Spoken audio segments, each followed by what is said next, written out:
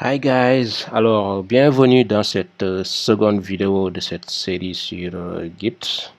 Donc une série de tutoriels sur Git où on va parler de Git dans son ensemble. Excuse-moi. Donc dans cette seconde vidéo, on va voir les fondamentaux de Git. C'est quoi les fondamentaux de Git? C'est quoi les fondamentaux de Git? Donc pour pouvoir bien comprendre Git avant de l'utiliser quoi. Donc d'abord, quelques petites définitions. C'est quoi Git? Donc Git, c'est un gestionnaire de sources, un gestionnaire de sources décentralisé, c'est un SM, un Source Control Management. Donc il nous permet de gérer le versionning de l'historique des modifications qu'on fait sur un projet donné. Bon, ça peut être un projet informatique, tout comme ça peut être simplement un ensemble de documents qu'on a stockés quelque part et qu'on souhaite versionner. Donc, d'ailleurs, sur ce côté même, on voit que Git peut être utilisé à la fois par les développeurs, bien que c'est plus populaire chez les développeurs qui l'utilisent dans la gestion des projets informatiques, mais aussi une personne lambda peut l'utiliser aussi. Hein. Par exemple, un secrétaire pourrait l'utiliser pour versionner l'ensemble de ces documents, l'ensemble du travail qu'il fait sur ces documents, que ça peut être du Word ou je sais pas quoi. Donc tout le monde peut l'utiliser du moment où tu veux versionner ce que tu fais, tu peux très bien utiliser Git et ça peut être très très utile pour toi. Donc il te permet de garder toute l'historique de ce que tu fais et voilà, donc c'est très cool et si tu veux vraiment ne pas perdre ce que tu fais, ne pas perdre tes documents et ne pas perdre l'historique de tout ce que l'historique de sur tout ce que tu travailles, utiliser Git serait une bonne option. Serait une bonne option. Donc de la même manière aussi, quand on revient au logiciel, Git est un outil très très très très facile à intégrer dans les outils de CI/CD et surtout très utile dessus. Donc juste un exemple, on peut avec nos dépôts distants configurer sur notre pipeline des dépôts distants sur lesquels le pipeline écoute dès qu'il y a des merge requests ou bien des pulls sur une branche donnée, ça peut être le master ou une autre branche.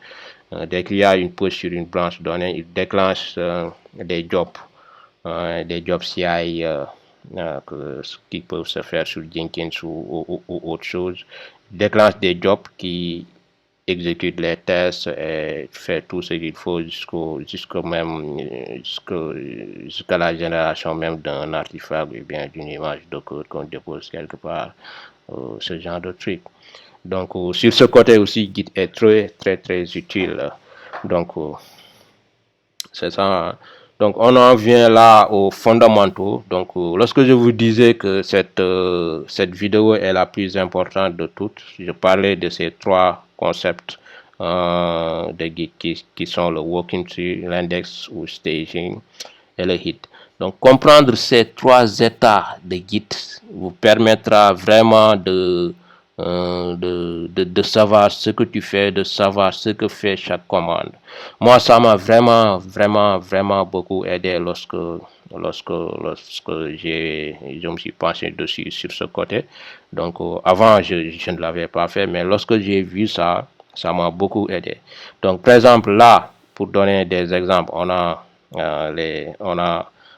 d'abord le working tree qui est notre répertoire de travail, une sorte de conteneur, une sorte de contenant, bon, je sais pas, en tout cas notre répertoire de travail où tous nos fichiers sont stockés et là où aussi on ajoute tous nos fichiers. Donc une fois qu'on a nos fichiers et qu'on les modifie, on modifie nos fichiers, on ajoute de nouveaux fichiers, ils sont tous tous dans le working tree, donc dans l'état du working tree. Donc je vais l'appeler l'état, quoi, parce que c'est des états, c'est des états, on passe d'un état à un autre. Donc nous sommes là. Par exemple, quand on ajoute un nouveau fichier, on fait un touch d'un nouveau fichier, ou bien on fait un clic droit, on crée notre connexion .js, ce genre de truc. On ajoute ce fichier dans le working tree. Donc, et maintenant, quand on fait tous nos modifs, on finit notre code et tout, et qu'on fait un git add, ce fichier, on le fait passer du working tree à l'index, donc au staging. Donc, on avait un staging qui est lui une sorte de zone tampon, hein. C'est une sorte de zone tampon qui prépare nos fichiers à la prochaine commit. Donc du moment où on fait un git add sur un git add point, par exemple, pour lui dire prends-moi toutes ces modifications que j'ai fait dans mon répertoire de travail et ajoute-le dans l'index. Donc tout l'état de notre dépôt, tous nos fichiers là passent sur notre staging, donc sont stagés. Donc et à partir de là, on les prépare vers la prochaine commit qui va faire pointer notre dépôt sur le head. Tu vois. Donc là, on a le head. Le head, lui, qui est une sorte de pointeur, hein, une sorte de pointeur où on a une sorte de pointeur qui représente l'état de notre dépôt. Donc il pointe sur la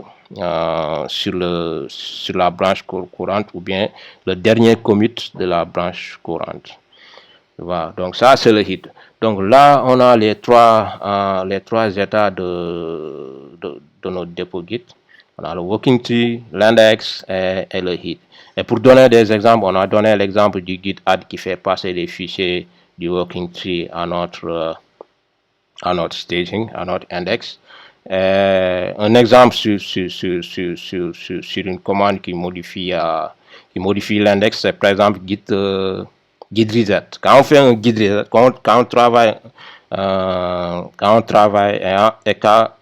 quand on travaille sur notre dépôt, on fait plusieurs git add, et qu'à un moment donné, on fait un git reset.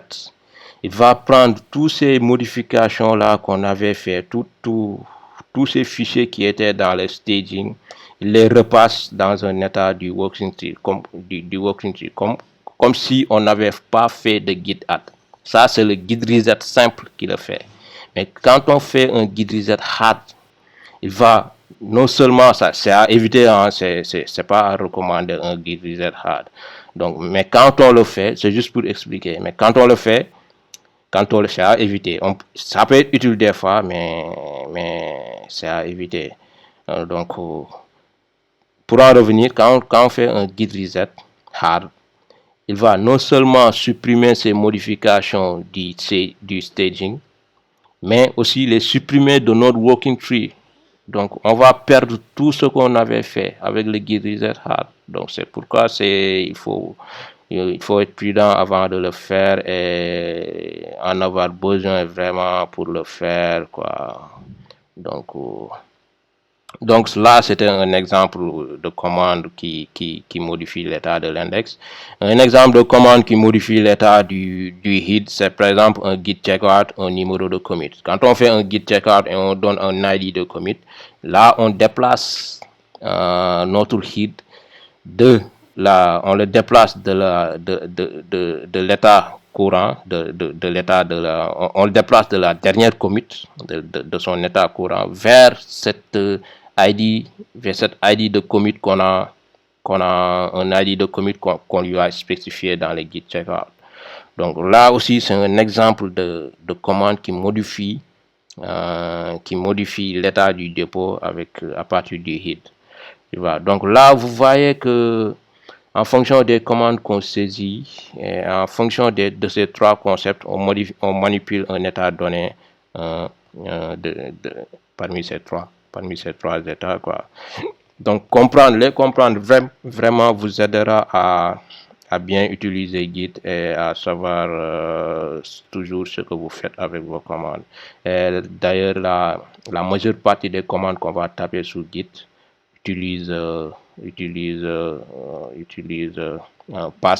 font passer le dépôt entre ces trois états, quoi. Voilà. Donc, c'était en gros tout pour ces fondamentaux. Donc, dans la prochaine vidéo, on va commencer l'installation et commencer nos premières commandes avec Git. Donc, sur ce, je vous dis, guys, thanks and see you à la prochaine vidéo. Next.